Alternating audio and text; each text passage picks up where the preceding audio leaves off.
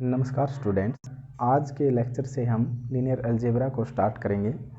Linear algebra में हम rank of matrix का कंसेप्ट पढ़ेंगे और रैंक कई मेथड से हम निकालना सीखेंगे। जैसे कि सबसे पहले वही माइनर मेथड है, ठीक है, और नॉर्मल फॉर्म है, वही नॉर्मल फॉर्म में हम कैसे एक मैट्रिक्स को कन्वर्ट करेंगे। और उसके बाद PAQ फॉर्म है, ठीक है, PAQ फॉर्म भी इम्पोर्टेंट है एग्ज़ाम पॉइंट ऑफ व्यू से। और उसके बाद है फिर एकोलन फॉर्म, ठीक है, तो एकोलन फॉर्म भी आपको बताएंगे। तो और फिर कैले हैमिल्टन थ्योरम, तो ये करेंगे हम। तो ये हमारा सिलेबस रहेगा। और भी हम आपको जब कवर करवाएंगे तो अच्छे टॉपिक हम लेंगे, है ना। तो लीनियर अलजेब्रा की अब ये प्लेलिस्ट होगी भाई तैयार, तो बताना है आपको ज़रूर कि कैसी है। हम अपनी तरफ से अच्छी मेहनत करेंगे कि आपको अच्छा कंटेंट दे। चैनल को सब्सक्राइब करें, लाइक करें वीडियो को भाई, क्योंकि लाइक करोगे तो मैं मोटिवेट होऊंगा, है ना। मैं बार बार कहता हूँ, तो आप लाइक ज़रूर किया करो स्टूडेंट्स वीडियो को। तो अब देखिए हम क्या पढ़ते हैं। हम पढ़ते हैं रैंक ऑफ मैट्रिक्स, है ना। रैंक ऑफ मैट्रिक्स से पहले आपको तो मैट्रिक्स का ही पता होना चाहिए, है ना। मैट्रिक्स हमने पढ़ रखी है +2 में, वही है भाई, कोई अलग नहीं है। आपने मैट्रिक्स की टाइप भी पढ़ रखी है कि रेक्टेंगुलर होती है, अपर ट्रायंगुलर, है ना, lower triangular matrix, row matrix, column matrix. तो ये जितनी भी स्क्वायर मैट्रिक्स है ना, जितनी भी आइडेंटिटी मैट्रिक्स, आइडेंटिटी मैट्रिक्स क्या है ना। आइडेंटिटी मैट्रिक्स है 1 0 0 0 1 0 0 0 1, ये 3x3 की है। ये आइडेंटिटी भी है और स्क्वायर भी है। स्क्वायर मैट्रिक्स क्या होती है शाबाश, जिसमें रो को हम m से दिखाते हैं और कॉलम को हम n से दिखाते हैं, जिसमें रो और कॉलम दोनों ही बराबर हो। मतलब कोई भी मैट्रिक्स है, जैसे ये मैट्रिक्स है और उसको मैं इस तरह से ब्रैकेट में बंद करता हूँ और यहाँ पर IJ लिखता हूँ ना, जो IJ, तो I क्या किस चीज़ को दिखाता है, नंबर ऑफ रोज को, या नंबर ऑफ कॉलम को। आप m क्रॉस n भी लिख सकते हो, वो कोई बात नहीं है ना, इंडेक्स से मैथ चेंज नहीं होगा भाई। तो ये है। अगर रो मैट्रिक्स कहूँ तो रो मैट्रिक्स है भाई, ये रो मैट्रिक्स है, इसमें एक ही रो है, 3 कॉलम है, तो एक रो 3 कॉलम, तो 1x3 है इसका ऑर्डर, है ना। और कॉलम मैट्रिक्स कहूँ 4 5 6, तो इसमें क्या है, एक कॉलम है और रो कितनी है, 3 है, तो 3 रो 1 कॉलम है। तो पहले आप रो का ऑर्डर लिखेंगे, देन आप कॉलम लिखेंगे, ठीक है ना। तो ये बिल्कुल आपका बेसिक है, आपने पढ़ रखा है इसके बारे में, और ठीक है ना। तो मैट्रिक्स को इस तरह से था। अब देखिए जो मैट्रिक्स है, तो मैट्रिक्स जैसे कोई भी मैट्रिक्स है, 4 5 6 8 2 4 3 5 7, ये मैट्रिक्स है भाई। तो देखिए अब इस मैट्रिक्स से हम पढ़ते हैं सब मैट्रिक्स क्या होती है ना। क्योंकि सब मैट्रिक्स क्यों पढ़ा रहा हूँ भाई मैं आपको, क्योंकि हम माइनर मेथड करेंगे, है ना। और माइनर मेथड से क्या निकाल लेंगे, रैंक निकाल लेंगे। एक बार हम माइनर मेथड को समझ ले, फिर मैं आपको रैंक की डेफिनेशन बताऊंगा, है ना, क्योंकि तब आपको अच्छी समझ में आएगी। अभी बताने का कोई फ़ायदा नहीं है। वैसे आप रैंक को मैं बताऊंगा क्या है। आप रैंक एक हिसाब से ये मान सकते हैं कि नंबर ऑफ नॉन जीरो रो, कि भाई कोई भी मैट्रिक्स है, हम उसमें ऑपरेशन लगाते हैं और फिर जितने भी ऑपरेशन परफॉर्म करते हैं हम अपनी तरफ से, जो उसमें हो सकते हैं, अपनी मर्जी से नहीं, कुछ नियम हैं, वो सभी नियम हम डिस्कस करेंगे। एलिमेंट्री ट्रांसफॉर्मेशन के जो नियम हैं, उनसे हम जो ऑपरेशन लगाएंगे मैट्रिक्स पर, उस ऑपरेशन के दौरान जो नंबर ऑफ नॉन जीरो रो बचती वही है, हमारी मैट्रिक्स की रैंक होती है, ठीक है। अब देखिए तो रैंक ये है। सब मैट्रिक्स हम बताते हैं क्या है, तो आपको पता है ना रैंक क्या है। Rank number of non zero row है, और किस तरह से है, एलिमेंट्री ट्रांसफॉर्मेशन के नियम बताएंगे, उसके तहत आपने काम करना है और फिर आपको अच्छा समझ में आएगा। फिलहाल आप समझते रहे, बिल्कुल बेसिक से चले और हम एडवांस तक ले जाएंगे आपको। तो सब मैट्रिक्स क्या है, सब मैट्रिक्स कुछ रो डिलीट कर सकते हो आप इसमें से, या फिर कुछ कॉलम भी डिलीट हो सकती हैं, या वही फिर बोथ, दोनों भी डिलीट हो सकती हैं। क्या है सब मैट्रिक्स, देखिए जैसे आप एक रो को डिलीट कर दें, तो अब यहाँ पर जो ये मैट्रिक्स बचेगी ये डिलीट हो जाएगी, तो ये क्या बचेगी, सब मैट्रिक्स बचेगी इसकी, ठीक है। और अगर भाई ठीक है, तो ये है, और मैं इसको भी डिलीट कर देता हूँ, तो अब ये बचेगी जो मैट्रिक्स यहाँ से 4 5 8 2, तो ये क्या बचेगी, ये भी हमारी क्या बचेगी, एक सब मैट्रिक्स बचेगी। तो हमने इसमें रो भी डिलीट की है और कॉलम भी डिलीट की है। आ रहा है ना समझ में? या फिर किसी भी रो को आप डिलीट कर दो भाई, जैसे फर्स्ट को ही डिलीट करूँगा मैं, तो फर्स्ट रो डिलीट होने के बाद ये बचेगी, ये भी हमारी सब मैट्रिक्स है। तो आपको सब मैट्रिक्स समझ में आई है? तो सब मैट्रिक्स कुछ नहीं है, आप कोई कॉलम भी डिलीट कर सकते हो, कुछ रो भी डिलीट कर सकते हो, या फिर बोथ, कुछ रो कुछ कॉलम भी डिलीट कर सकते हो। आया ना समझ में? तो वो होती है सब मैट्रिक्स। अब सब मैट्रिक्स और माइनर का क्या कनेक्शन है? माइनर वो नहीं है भाई जो आपने 12th में पढ़ा था इनवर्स निकालते समय, माइनर कोफैक्टर वो नहीं है ना? क्या है अभी बताएंगे। माइनर का मतलब है पार्ट। पार्ट किसका? मैट्रिक्स का ही पार्ट। जैसे सब मैट्रिक्स एक सब मैट्रिक्स है, वो मैट्रिक्स का ही पार्ट है ना? है ना भाई, मैट्रिक्स का पार्ट, क्योंकि हमने रो और कॉलम को डिलीट करके ही हमने हासिल हुई है, तो इस मैट्रिक्स का पार्ट ही बचता है। तो इसी तरह से माइनर भी पार्ट होता है मैट्रिक्स का। तो क्या हम इन सभी सब मैट्रिक्स जो हमने बनाई है, ये बनाई है, और वही एक 4 4 5 8 2, एक ये बनाई थी, और क्या बनाई थी स्टूडेंट? 4 5 8 2 3 5, एक ये सब मैट्रिक्स तो सभी है, क्योंकि देखिए इसमें हमने इस रो को डिलीट किया है तो ये भी सब मैट्रिक्स है, इसमें हमने रो कॉलम को डिलीट किया है, ये भी एक सब मैट्रिक्स है, और वही इसमें हमने एक फर्स्ट रो को डिलीट कर दिया तो ये क्या है? हमारी सब मैट्रिक्स है। आप किसी भी रो को या फिर किसी कॉलम को डिलीट करके जो भी मिलेगा आपको वो सब मैट्रिक्स होती है। क्या हर एक सब मैट्रिक्स माइनर हो सकती है? बिल्कुल भी नहीं हो सकती। अब माइनर होने के लिए क्या है? अब मैंने बताया है कि +2 वाला माइनर कोफैक्टर वाला खेल नहीं। माइनर का मतलब है पार्ट, मैट्रिक्स का पार्ट। तो देखिए माइनर होगा जो, वो क्या होगा? मैट्रिक्स का पार्ट जरूर होगा, लेकिन वो स्क्वायर ऑर्डर का होगा। स्क्वायर ऑर्डर का मतलब जितनी रो उतनी ही कॉलम। आप बता सकते हैं आपकी कौन सा, तो अब इसमें क्या होगा? माइनर होगा, और कौन सा सब मैट्रिक्स माइनर नहीं होगी, है ना? अब ये देखिए इसमें कितनी रो हैं? 2 रो हैं। कॉलम कितनी है? 1 2 3, है ना? आ रहा है ना समझ में आपको? तो ये है भाई। तो 2 क्रॉस 3 माइनर नहीं होगा भाई, क्योंकि स्क्वायर ऑर्डर नहीं है। उतनी ही रो, मतलब आई और जे क्या होना चाहिए? इक्वल होना चाहिए। Number of row number of column बराबर, तो स्क्वायर ऑर्डर का होना चाहिए आपके लिए। तो 2 क्रॉस 2, 2 ही कॉलम है और 2 ही रो है, तो क्या है ये आपका माइनर है। आ रहा है ना माइनर निकालना? अब यहाँ पर देखिए ये क्या माइनर है? नहीं है भाई माइनर। क्यों? 3 तो रो हैं और 2 कॉलम हैं, तो ये नहीं है। ये कब होता माइनर? अगर मान लो मैं इसमें ये है जो हमने डिलीट नहीं की होती, एज टीज होती, तो फिर 3 क्रॉस 3 का ये एक माइनर हो जाता मैट्रिक्स का। समझ में आया है? तो मैट्रिक्स का माइनर आप बिना डिलीट, जैसे ये मैट्रिक्स थी तो इसका एक माइनर तो ये मैट्रिक्स खुद ही होगी, है ना? तो मतलब डिलीट करने की जरूरत नहीं है, मैट्रिक्स खुद भी एक माइनर होती है अपने आप में। तो यहाँ तक आया समझ में? तो माइनर क्या होता है? ये माइनर ही निकालना इंपॉर्टेंट है। आया मेरे ख्याल से? अब आपको माइनर की कहानी समझ में आई है। देखिए करते हैं हम और भी।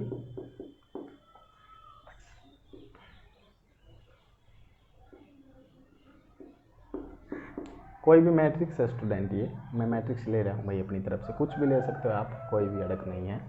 अब ये जो मैट्रिक्स है, अब इस मैट्रिक्स के मैं माइनर पूछना चाह रहा हूँ भाई आपसे, तो आप कहेंगे जी इसको डिलीट कर देंगे तो एक 3 क्रॉस 3 का ये माइनर बचेगा, ठीक है। फिर आप इसको रख लेंगे, फिर इसको डिलीट कर देंगे तो ये रो बचेंगी, तो ये भी माइनर बचेगा। फिर आप इसको डिलीट कर देंगे, ये बचेगा, तो ये भी माइनर है। फिर आप इसको डिलीट कर देंगे तो नीचे वाले जो मैट्रिक्स बनेगी वो भी क्या बनेगी? एक माइनर बनेगी, है ना? तो माइनर हमेशा क्या होगा? अब आप कॉलम वाइज डिलीट करोगे तो देखिए 3 रो बचेंगी इसमें, सॉरी 4 रो बचेंगी और 3 कॉलम, तो कॉलम डिलीट करने से ये माइनर नहीं बनेगा, है ना? तो माइनर आया है ना भाई अच्छी तरह से? अगर फिर भी नहीं आया है ना तो आप दोबारा समझिए, बिल्कुल आसान कंसेप्ट है माइनर किस तरह से निकालना है, क्योंकि माइनर मेथड से रैंक निकालूंगा ना मैं, तो माइनर ही निकालना आना चाहिए भाई आपको, तो आप निकाल सकते हैं। तो यहाँ तक आया है ना समझ में? तो अब हम करते हैं माइनर, तो हमने आगे भाई अब कोई भी मैट्रिक्स है, जैसे ये है स्टूडेंट, अब हमने ये डिलीट नहीं की है तो अब इसकी रैंक पूछ ले आपसे, रैंक ऑफ मैट्रिक्स। तो रैंक को हम डिनोट करते हैं R ऑफ A लिख सकते हैं। ये कोई भी मैट्रिक्स A है तो रैंक है A की, या P है तो रैंक ऑफ P है, और या फिर रो से दिखा सकते हैं हम रैंक को, ठीक है। ये है मतलब डिनोट किस तरह से करेंगे भाई, रो से दिखा सकते हैं या फिर आर ऑफ ए लिख सकते हैं। समझ में आया है ना। तो रैंक क्या है, ये नोटेशन है, रैंक को इस तरह से लिखेंगे हम। हाँ, एक बात और नोट कीजिएगा, जो ये है आपके जो भी हमने सब मैट्रिक्स बनाई है वो तो मैट्रिक्स ही रिप्रेजेंट होगी इस तरह से ब्रैकेट में, है ना। तो जो सब मैट्रिक्स है वो इस तरह से होगी, लेकिन जो माइनर बनाते हैं हम माइनर मेथड में, माइनर जो बनाएंगे वो डिटरमिनेंट में बंद होंगे। वैसे स्क्वायर ऑर्डर की जो सब मैट्रिक्स होगी वो माइनर होगी, ठीक है, आपने समझा है। तो वो जो माइनर होगा ना, वो माइनर डिटरमिनेंट के मतलब चिन्ह में आ जाएगा, ठीक है ना। जैसे ये हमने ये बनाई है, ये सब मैट्रिक्स है, लेकिन इसको माइनर बनाएंगे तो वो डिटरमिनेंट के चिन्ह मिलेंगे, क्योंकि जितने भी माइनर बनाएंगे माइनर मेथड में उन माइनर का हमने क्या देखना है, डिटरमिनेंट से ही तो डिसाइड होगी कि रैंक क्या होगी, है ना। तो ये जो चीज़ें हैं अब आपके दिमाग में है, जैसे मैं कह रहा हूँ कि आइडेंटिटी मैट्रिक्स का ऑर्डर है ये 3x3 की है, जिस भी ऑर्डर की आइडेंटिटी मैट्रिक्स होगी उसी उतनी ही रैंक होगी। क्यों रैंक होगी, क्योंकि नंबर ऑफ नॉन जीरो रो जितनी होती है मैट्रिक्स में वही रैंक होती है। अब ये किस तरह से होगी, किस तरह से एलिमेंट्री ट्रांसफॉर्मेशन पर है हम वो बताते हैं, फिर आपको कहानी समझ में आएगी। और फिर मैं माइनर मेथड को भी बताऊंगा कि जितने भी माइनर बनाए हैं हमने किस तरह से इनका डिटरमिनेंट चेक करेंगे। भाई इस तरह से तो बहुत सारे इसमें क्या बनेंगे, माइनर बनेंगे, और सबका डिटरमिनेंट निकालना तो बहुत ज़्यादा मतलब मुश्किल तो नहीं, आप निकाल सकते हैं, लेकिन लेंथी काम होगा, है ना, कैलकुलेट भी ज़्यादा होगा।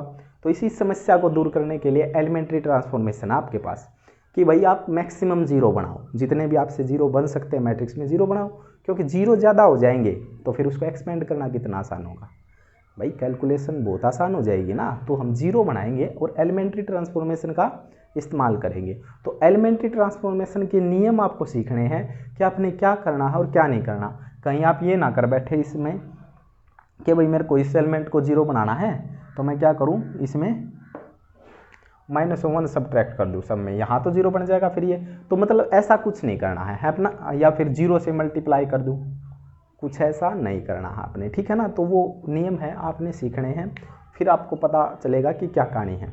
आ रहा है ना समझ में। तो भाई यही बात है कि हम रैंक और माइनर मेथड से हमने जितने भी माइनर बनाने हैं, हाईएस्ट ऑर्डर के माइनर, जितने भी हाईएस्ट ऑर्डर के माइनर होंगे, ठीक है, जितने भी हाईएस्ट ऑर्डर के माइनर होंगे उनका सबका डिटरमिनेंट हमने चेक करना है। अगर सबका डिटरमिनेंट जीरो है, जैसे 3x3 का माइनर है कोई भी, जैसे 6 माइनर बने हैं आपके या 4 माइनर बने हैं, 4 के 4 जीरो हैं, ठीक है, तो हमने नीचे आना है। अगर मान लो कोई भी 4 में से 5 जीरो हैं, एक नॉन जीरो है, तो आपको भाई वहीं पॉइंट होगा कि इसकी जो रैंक है, जैसे 3x3 के थे 6 के 6, तो हम कहेंगे कि भाई इसमें से 5 जीरो है, एटलीस्ट 1 है जो वो क्या है, नॉन जीरो है। तो जिस ऑर्डर का भी माइनर आपका नॉन जीरो है वही मैट्रिक्स की रैंक हो जाएगी। 3x3 का है तो रैंक 3 हो जाएगी। अगर बाई चांस 6 के 6 जीरो हैं, एक केस तो ये हुआ कि भाई एक भी नॉन जीरो हो जाए, है ना, ज़्यादा तो हो जाए तो वो तो अच्छी बात है, नहीं तो एक ही पकड़ना है अपने। तो एक भी ऐसा मिल जाए ना कि भाई नॉन जीरो है माइनर, माइनर हमेशा स्क्वायर ऑर्डर का होगा, तो एक भी नॉन जीरो जो माइनर आपको मिल गया तो आपने पकड़ जाना है कि भाई हाँ इसकी रैंक उसी ऑर्डर की हो जाएगी जिस ऑर्डर का माइनर नॉन जीरो होगा। आया ना समझ में। तो अगर भाई 6 के 6 जीरो हो जाए, ठीक है, 6 के 6 जीरो हो सकते हैं भाई, ऐसी क्या बात, जब नॉन जीरो हो सकते हैं तो जीरो भी हो सकते हैं, ठीक है। तो नॉन जीरो, अब जीरो हम ये मानते हैं कि भाई सभी के सभी जीरो हैं, क्योंकि नॉन जीरो का केस हमने बता दिया, एक आए या दो आए वो तो उससे कोई नहीं है, हमें एक ही मिल जाए। मान लो भाई आपके इनके 6 माइनर बने हैं और 6 में से आपका पहला ही माइनर ऐसा हाथ लग जाता कि वो नॉन जीरो आ जाता, तो हमने बाकी के 5 चेक ही नहीं करने, है ना। क्यों हम भड़क लेंगे भाई, क्यों हम भड़क लेंगे, नहीं लेंगे, हम ज़्यादा टेंशन नहीं लेंगे, हम कह देंगे कि भाई रैंक इसकी इतनी है। तो माइनर मेथड है ऐसा, लेकिन उसके लिए आपको डिटरमिनेंट अच्छी तरह से आना चाहिए, और उस डिटरमिनेंट को हम और आसान करेंगे एलिमेंट्री ट्रांसफॉर्मेशन से। हाँ, तो अब हम पॉइंट पर आते हैं, क्या था कि रैंक में मान लो भाई 6 हैं आपके 3x3 ऑर्डर के और 6 के 6 जीरो हैं। अब हम नीचे आएंगे, नीचे मतलब किस तरह से हम 2x2 का बनाएंगे, है ना, क्योंकि 3x3 के बाद स्क्वायर ऑर्डर 2x2 है, तो 2x2 का हम देखेंगे क्या कोई भी इसमें से जीरो है। अगर सभी जीरो है तो नीचे आएंगे, नहीं तो अगर एक भी नॉन जीरो मिला तो फिर रैंक उसकी 2 हो जाएगी। आ रहा है ना कंसेप्ट समझ में।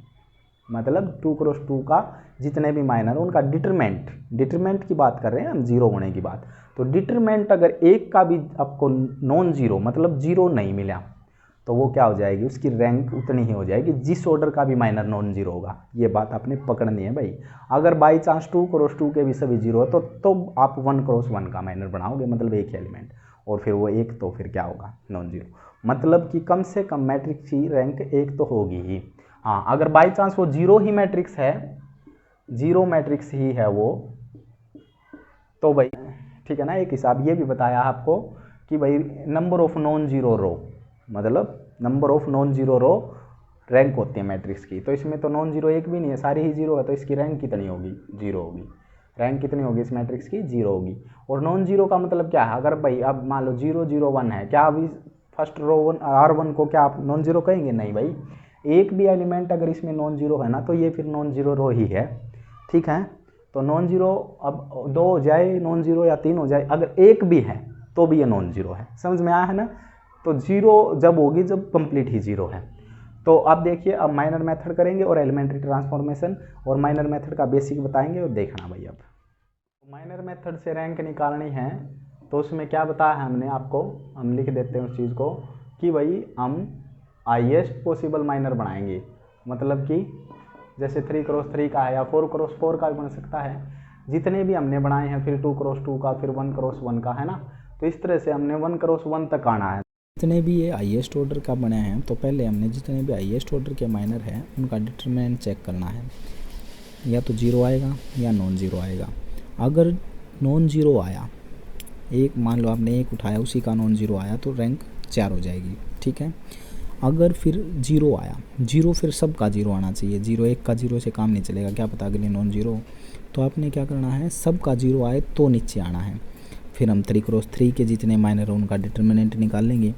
अगर उनमें से एक भी हमें नॉन जीरो मिला तो रैंक 3 हो जाएगी। अगर सभी जीरो मिले तो फिर हम नीचे आएंगे। फिर 2 क्रॉस 2 के चेक करेंगे, उनमें से अगर एक भी नॉन जीरो मिला तो रैंक 2, अगर सारे जीरो आए तो फिर हम एक का बनाएंगे, ठीक है ना।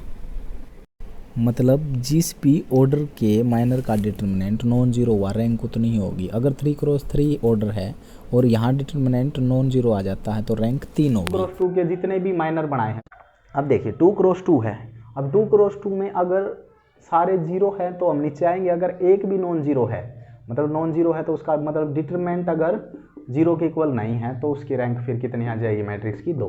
तो मतलब आपको ये समझ में आया है कि माइनर मेथड का प्रोसीजर क्या है, किस तरह से हमने इसको हैंडल करना है, किस तरह से हम रैंक पर पहुंचेंगे, है ना। तो रैंक पर पहुंचने के लिए आपका मेन काम ये है, और इसके लिए आपको भाई चाहिए अब एलिमेंट्री ट्रांसफॉर्मेशन। भाई देखिए, एलिमेंट्री ट्रांसफॉर्मेशन हम क्यों यूज कर रहे हैं, हमें ज़रूरत भी नहीं है, हम ना भी यूज करें कोई दिक्कत नहीं है। हम मान लो कोई भी मैट्रिक्स है, 2 3 4 5 6 7 8 9 1 4 9 कुछ भी है मैट्रिक्स। अब ये मैट्रिक्स है जो, इसमें हम हाईएस्ट पॉसिबल माइनर बनाएंगे। देखिए 3 क्रॉस 3 का, क्योंकि ये रो डिलीट करने से तो काम नहीं चलेगा ना, स्क्वायर ऑर्डर का नहीं होगा। तो इसको डिलीट करें, एक ये बचेगा, फिर इसको डिलीट करें, फिर एक मतलब ये 3 रो के साथ जो मतलब माइनर बनेगा एक वो, फिर इसको डिलीट करने के बाद 3 4 बनेंगे, है ना।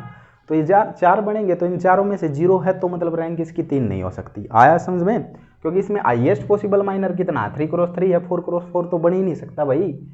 1 2 3 4 क्रॉस 4 कब बन सकता था, जब एक रो और होती तब बढ़ता ना, अब नहीं बनेगा।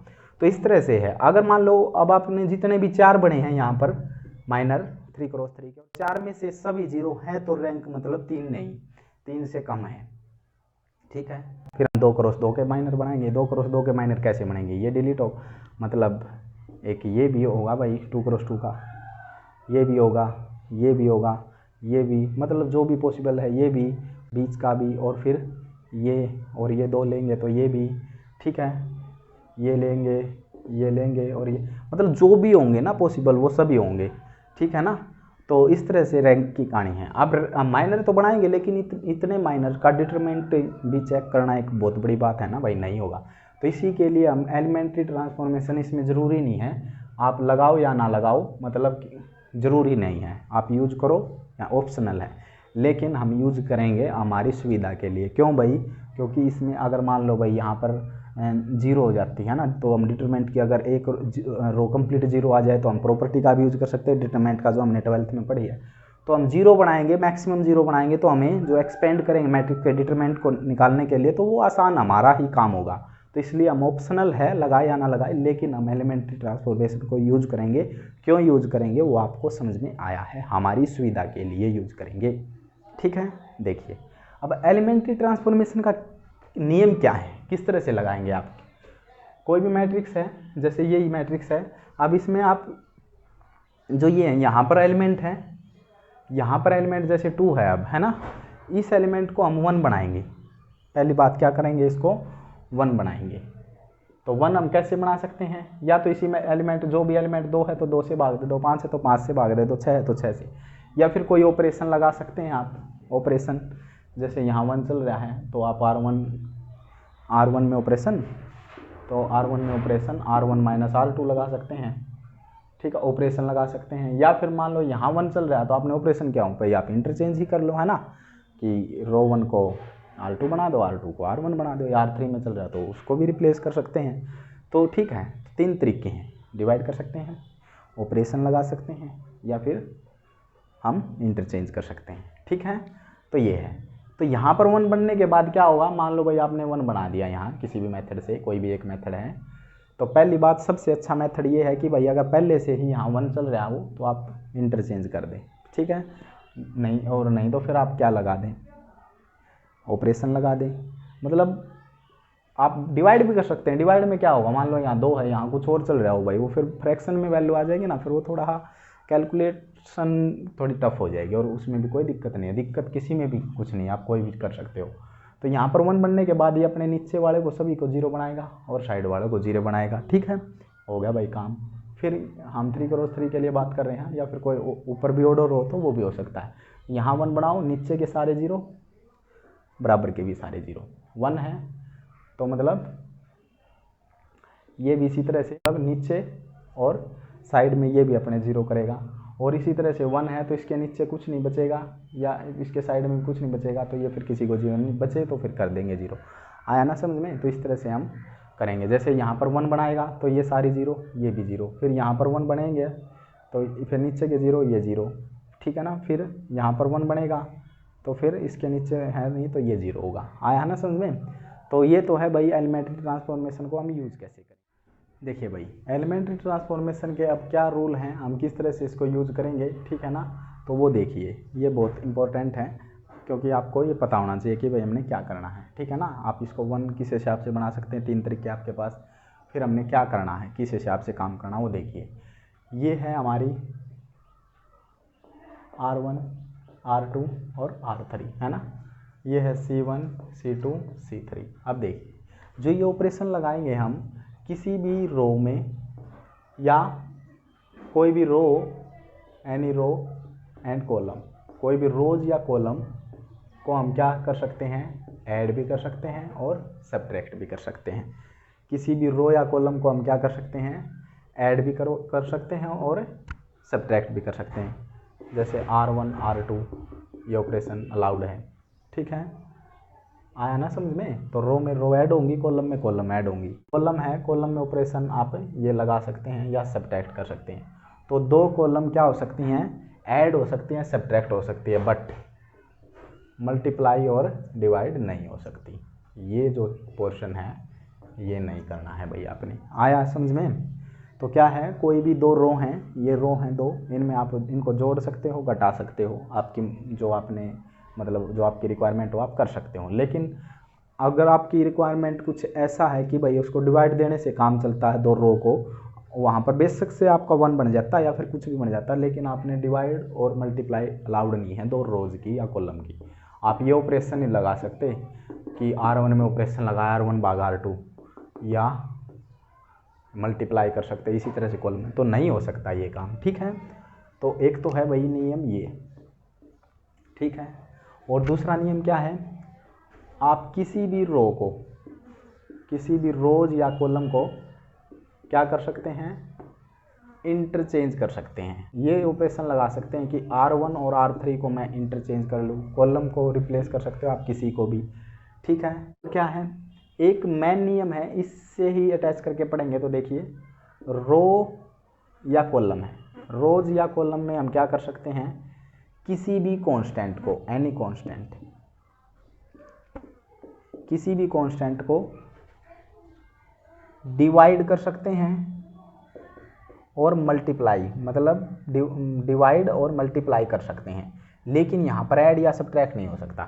तो देखिए इसमें क्या है, रोज और कॉलम को क्या कर सकते थे हम, ऐड कर सकते थे, सब्ट्रैक्ट कर सकते थे, लेकिन क्या कर सकते थे, गुणा या भाग नहीं कर सकते थे। इसमें क्या है, इसमें क्या है अब कि इसमें हम क्या कर सकते हैं, किसी भी कांस्टेंट से गुणा करवा सकते हैं, भाग करवा सकते हैं, लेकिन जोड़ और घटा, जैसे कि ये ऑपरेशन नहीं लगा सकते भाई। आप R1 में ऑपरेशन लगा दिया आपने, R1 में 5 जोड़ दिया, ठीक है। जैसे अब ये 2 है, आपने 1 बनाना है यहाँ, तो आप ये ऑपरेशन नहीं लगा सकते इस एलिमेंट में कि भाई जो R1 का एलिमेंट है उसमें से हमने कितना घटा दिया, A घटा दिया, कि भाई जो भी है इसमें तो 1 घट का 1 बन जाएगा। ये ऑपरेशन अलाउड नहीं है भाई। हाँ, अगर आप ये है, अगर आपको ये है कि भाई 2 से आप 2 घटा नहीं सकते, हाँ 2 से गुणा कर सकते हो या फिर 2 से भाग कर सकते हो, किसी से भी कोई भी कांस्टेंट है ना, जो भी रियल नंबर में आते हैं हमारे जितने भी कांस्टेंट, तो सबसे हम क्या कर सकते हैं, भाग करवा सकते हैं किसी भी रो में, किसी भी कॉलम में, लेकिन भाई हम ऐड या सब्ट्रैक्ट नहीं कर सकते। आया ना समझ में। अब ये बताइए क्या ये ऑपरेशन अलाउड होगा, C3 प्लस मतलब कॉलम 3 में हमने 8 जोड़ दिया, नहीं भाई। हमने कैसे कि कांस्टेंट को ऐड कर दिया, या फिर सब्ट्रैक्ट होता तो भी नहीं हो सकता। अरे क्या ये हो सकता है कि गुणा में 8, मतलब ये तो आप आगे भी लिख सकते हो गुणा वाला, तो हाँ जी हम किसी भी कांस्टेंट से गुणा करवा सकते हैं। इसी तरह से अगर 8/9, हाँ 8 से गुणा भी करवा दिया, 9 से भाग भी, साथ में कोई भी दिक्कत नहीं है भाई, ये भी कांस्टेंट है, मल्टीप्लाई ही करवाया है एक हिसाब से आप 8/9 से, तो ये भी अलाउड है। तो क्या अलाउड है, क्या अलाउड नहीं है, क्या अलाउड है, हम 2 रो या कॉलम को इंटरचेंज कर सकते हैं, 2 रो या कॉलम को क्या कर सकते हैं, ऐड या सब्ट्रैक्ट कर सकते हैं, बट हम क्या नहीं कर सकते, हम 2 रो या कॉलम को डिवाइड या मल्टीप्लाई नहीं करवा सकते। और क्या कर सकते हैं, हम किसी भी रो या कॉलम में मल्टीप्लाई करवा सकते हैं कांस्टेंट नंबर का, लेकिन किसी रो या कॉलम को एक दूसरे से भाग या गुणा नहीं करवा सकते, ठीक है ना। रो या कॉलम को भाग या गुणा नहीं करवाया जा सकता, लेकिन हाँ भाग या गुणा करवाया जा सकता है तो किसी कांस्टेंट से करवाया जा सकता है, ठीक है। और जोड़ा घटाया जा सकता है, तो कोई कांस्टेंट नहीं जोड़ा जा सकता, रो या कॉलम आपस में ही जुड़ सकती हैं। आया है ना समझ में, रो रो में, कॉलम कॉलम में।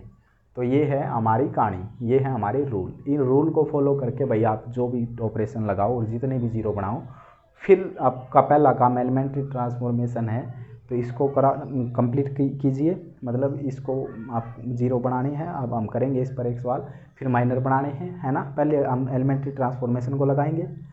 मैं फिर कह रहा हूँ कि एलिमेंट्री ट्रांसफॉर्मेशन ऑप्शनल है, हम नहीं लगाएं या नहीं लगाएं, लेकिन हम लगाएंगे तो फ़ायदा होगा, जल्द हमारा एक सिस्टमेटिक ढंग से सोल्व होगा क्वेश्चन, नहीं तो भाई नहीं होगा, बहुत ज़्यादा समय लग जाएगा, ठीक है ना। तो हम लगाएंगे, ऑप्शनल नहीं, हम मस्ट करेंगे इसमें। तो ये लगाएंगे तो उसके बाद जीरो हो जाएंगी, फिर हम माइनर बना लेंगे हाईएस्ट ऑर्डर के, और फिर आपको कहानी है पता ही है इसकी।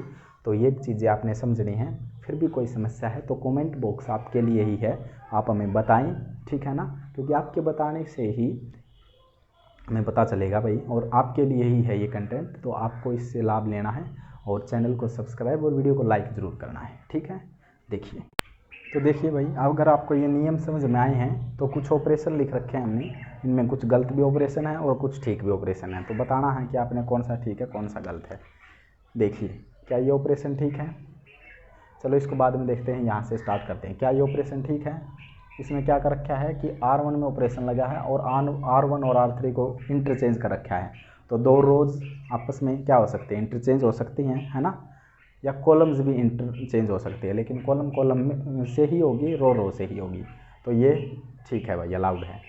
R1 में ऑपरेशन लगा रखा है, R1 और R2 को जोड़ रखा है भाई, क्या जोड़ा जा सकता है, बिल्कुल जोड़ा जा सकता है, 2 रोज को भी जोड़ा जा सकता है और 2 कॉलम को भी जोड़ा जा सकता है।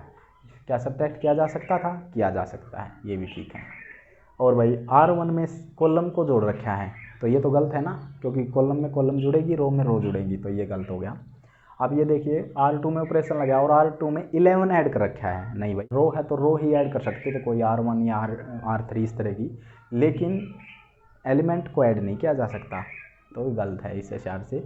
और R3 है, R3 में आपने ऑपरेशन लगाया और 11 से भाग दे रखा है, मतलब 11 से भाग दे रखा है, तो भाग दे सकते हैं, मल्टीप्लाई भी कर सकते हैं, तो ये ठीक है। R3 और R1 को भाग दे रखा है भाई, नहीं तो रो या कॉलम को भाग नहीं दिया जा सकता, भाग तो केवल कांस्टेंट से ही दिया जा सकता, गुणा भी करवा दिया। अगर यहाँ पर ये R3 R1 गुणा करवा देता तो भी गलत होता। और जी ये देखिए, अब ये ध्यान दीजिए, R1 में ऑपरेशन है कि R1 को 5 से गुणा करवा रखा है, ठीक है, कर सकते हैं हम ऐसा काम। और फिर R2 जोड़ रखी है 3 से भाग कर बिल्कुल हम ऐसा कर सकते हैं, ठीक है। हमें अगर 5 से मल्टीप्लाई करवानी है R1 में, अगर हमें रिक्वायरमेंट तो आप करवा ले, कोई दिक्कत नहीं है। और फिर R2 है, और R2 को आपने डायरेक्ट नहीं जोड़ना, किसी कॉन्स्टेंट से भाग देकर ऐड करना, वो भी कर सकते हैं, ये भी अलाउड है। तो क्या अलाउड है क्या नहीं है, आई होप आपको समझ में आया होगा। और फिर भी अगर कोई समस्या है तो आप बेझिझक कमेंट बॉक्स में कमेंट कर सकते हैं।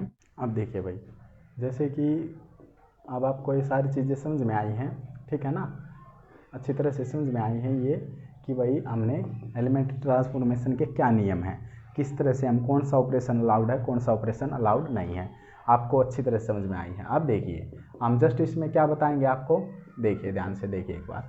जैसे हमने क्या किया, R1 में ऑपरेशन लगाया है, और इसमें क्या किया है, इसमें आपने R1 और R3 को इंटरचेंज किया है। मतलब इंटरचेंज का मतलब कि R1 है वो R3 बन जाएगी और R3 R1 बन जाएगी, ठीक है। 6 7 8 3 4 5।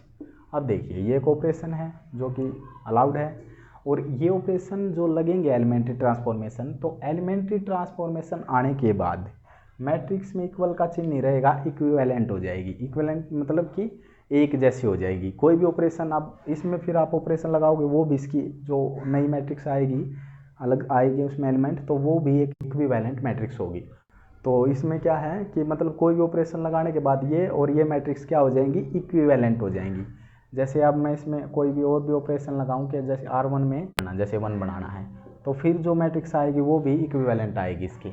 तो इक्विवेलेंट का सिंबल ही लगाते रहना आपने, 1 2/9 3/9 और बाकी सेम। तो ठीक है ना, ये भी ऑपरेशन अलाउड था। अगर ये कब अलाउड नहीं होता, अगर इसमें +9 करता है या -9 करता है तब अलाउड नहीं है। तो मल्टीप्लाई या डिवाइड हम करवा सकते हैं कॉन्स्टेंट से, ठीक है। या तब भी अलाउड नहीं होता कि हम रो का भाग देते या फिर कॉलम का भाग देते, इस तरह से नहीं होता ये अलाउड। तो आपने पता है अब वो सारी बातें। तो ये जो भी इक्विवेलेंट है, मतलब वो तो हम क्या समझाना चाह रहे हैं वो देखना है कि इक्विवेलेंट मैट्रिक्स हमने बना ली, तो जो भी एलिमेंट्री ट्रांसफॉर्मेशन लगने के बाद जो भी मैट्रिक्स आएगी वो मैट्रिक्स इक्विवेलेंट आएंगी, है ना, आपस में इक्विवेलेंट होगी। और rank of 2 equivalent matrix always equal. क्या है कि रैंक है जो 2 इक्विवेलेंट मैट्रिक्स का वो हमेशा इक्वल होगा, तभी तो हम एलिमेंट्री ट्रांसफॉर्मेशन लगा पाएंगे। अगर बाई चांस ये मैट्रिक्स हमने इसका रैंक निकालना, मान लो इसका रैंक 3 आना था और इसका रैंक ऑपरेशन लगा दे और इसका रैंक बदल जाता बाई चांस, तो भाई फिर ये तो गलत हो जाता, हम लगा ही नहीं सकते थे इसमें एलिमेंट्री ट्रांसफॉर्मेशन। तो क्या है, तो ये बात समझनी है कि हम एलिमेंट्री ट्रांसफॉर्मेशन जो लगाते हैं और जो इक्विवेलेंट मैट्रिक्स फिर हमें प्राप्त होती हैं लास्ट में, जितने भी ऑपरेशन लगाओगे आप अच्छी तरह से जो नियम के तहत, तो जो भी मैट्रिक्स आती हैं वे सभी इक्विवेलेंट होती है गिवन मैट्रिक्स के।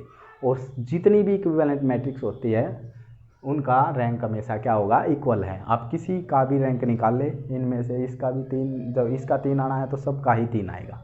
तो इक्विवेलेंट मैट्रिक्स का रैंक क्या होता है, हमेशा इक्वल होता है। तो ये रिजल्ट हम समझाना चाह रहे थे और ये नोट करना है, बहुत इंपॉर्टेंट है। समझ में आया है? तो ठीक है। तो अब देखिए भाई, हम एक क्वेश्चन करते हैं और माइनर मेथड से हम क्या निकालते हैं, रैंक निकालते हैं। तो इस वीडियो में स्टूडेंट इतना ही। तो हम नेक्स्ट वीडियो में आपको क्या बताएंगे, अब आपका ये बेसिक है, बिल्कुल अच्छी तरह से आप इसको करने के बाद अगर आपको कुछ नहीं समझ में आए तो आप प्लीज़ दोबारा देखिए इसको, और अच्छा समझने के बाद देन पार्ट 2 पर आए। अब मैं पार्ट 2 में क्या करूँगा, एक माइनर मेथड से रैंक निकालूंगा और 1 या 2 ही क्वेश्चन हम करवाएंगे भाई, ठीक है ना, ज़्यादा से ज़्यादा तो हम 1 ही करवाएंगे।